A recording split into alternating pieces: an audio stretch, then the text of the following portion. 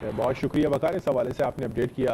आगे बढ़ते हैं। लाहौर में मैदे की कीमतों में इजाफे के साथ ही बेकरी आइटम्स के दाम भी बढ़ते जा रहे हैं। छोटी डबल रोटी 120 के बजाय अब 140 रुपए की हो गई है। मजीद जानते हैं नुमाइंदा आज न्यूज़ हुमा भट्ट से। हुमा, बताइएगा मजीद किन किन कीमतों में इजाफा हुआ है? बिल्कुल ऐसे ही हम लोग देख रहे हैं कि कोई भी चीज़ अब सस्ती नहीं रही। सुबह का नाश्ता हो या फिर रात का खाना हो, हर चीज़ ही महंगी होती जा रही है। गवर्नमेंट की तरफ से खासतौर पर जिला पंजाब की तरफ से एक इनिशिएटिव लिया गया था और उसमें कहा गया था कि जो डबल रोटी और रस है उसकी कीमत में इजाफा नहीं किया जाएगा। 120 रुपये रखी गई थी छोटी डबल रोटी की कीमत, और रस का पैकेट जो था वो 140 से 45 रुपये तक रखा गया था, जो छोटा पैकेट है।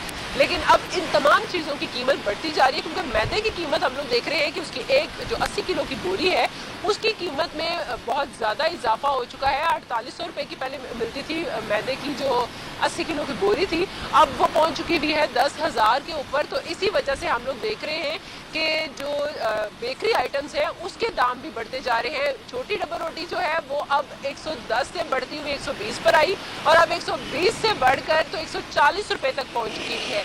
इसी तरह अगर हम लोग जिक्र करें रस के पैकेट का, तो 140 रुपये में मिलने वाला रस का पैकेट जो है वो अब 180 रुपये पर पहुंच चुका हुआ है। और इसी तरह अगर हम लोग बंद का जिक्र करें, जो कि बंद हर घर में चलता है और हर घर में कोई ना कोई ऐसी बेकरी आइटम जो है वो खाई जाती है, तो बंद जो है उसकी कीमत 50 रुपये तक पहुंच चुकी हुई है। हालांकि वो 35 रुपये में होता था, अब 50, कहीं पर 60, कहीं पर 70 रुपये में दस्तयाब है।